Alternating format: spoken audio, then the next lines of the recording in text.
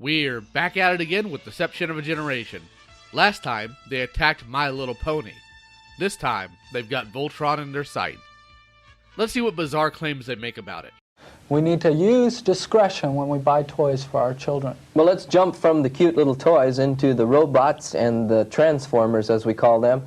And I think what we ought to do is show a video cut of the robots and transformers. So let's come back after a short robot praise here. Okay. Voltron.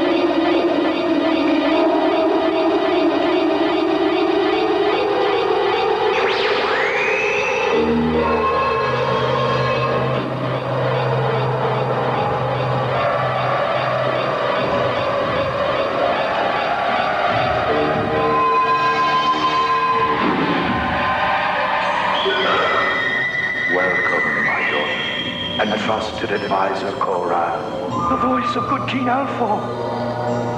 My father! It pleases me to see you surrounded by friends. Our poor planet is much in need of friends these days. I know the terrible struggle you have had to survive, but now, perhaps, with the help of these good strangers, you can defend Eris from the evil Zarkon and start to rebuild our beautiful world once again. Majesty, this is the Voltron Force. They can restore the robot, but we need the keys. The keys are with me. The Voltron Force are members of the Galaxy Alliance. They too have suffered at the hands of Zarkon. They will do honor to your name. I can now rest easy. Goodbye, my daughter.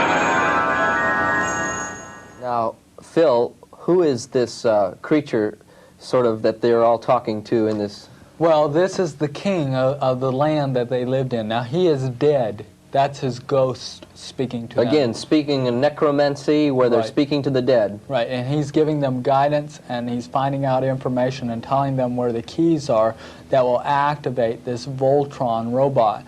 Now, Voltron is a robot designed to defend the universe. Again, everything is going to take care of the whole universe. I find it funny that, one, they finally pronounced necromancy correctly, and two, they literally missed Koran making the sign of the cross on his chest before entering the tomb.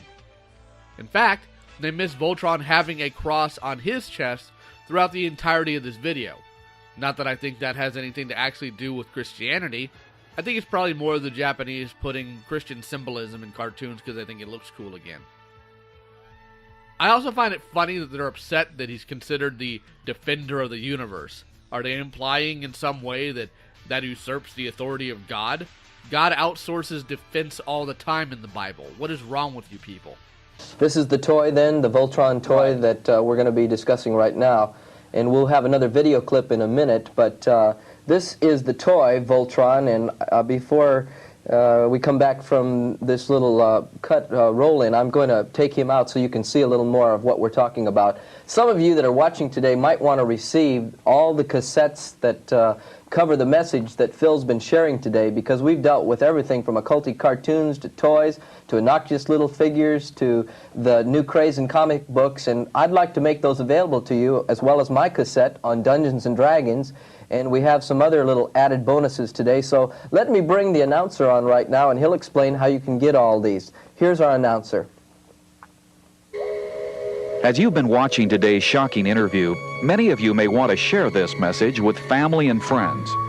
Evil powers are trying to brainwash this generation of children, but the truth will set them free. To receive all 3 cassettes, the book, and the newspaper, simply request the Child Deception Offer and send any donation of $15 or more to the Eagle's Nest, Post Office Box 15,000, Santa Ana, California, 92705.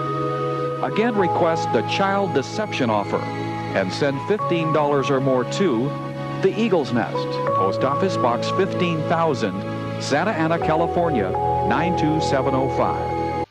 Like I said in a previous video, everyone is trying to sell something. These guys are no different. The Bible says in Proverbs 23:23 to buy the truth and sell it not. Yet these guys purport that they speak truth, but must make a profit here. Something doesn't add up. So I put 2 and 2 together there, and decided that you're pissing me off. Furthermore, I find it funny that the donation must be $15 and up because, you know, that's how Teaching Truth works. You put a price tag on it. Now, Phil, we're talking about Voltron, and can you tell us real quickly who Voltron is? Well, Voltron is a combination of 5 lion robots into one large robot. Again, he's going to defend the universe. And in this, they also have a witch within this cartoon, and there are a lot of occultic symbolisms within it, such as the stars and that type of thing. Right. Well, let's go to another video clip that shows a little bit of Voltron and the witchcraft that's involved in these different cartoon segments. So here's Voltron.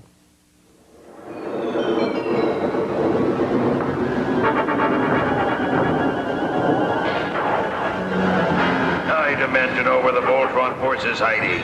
They escaped and I want them back. Speak up, old witch. My magic powers tell me they have landed safely on planet Arus.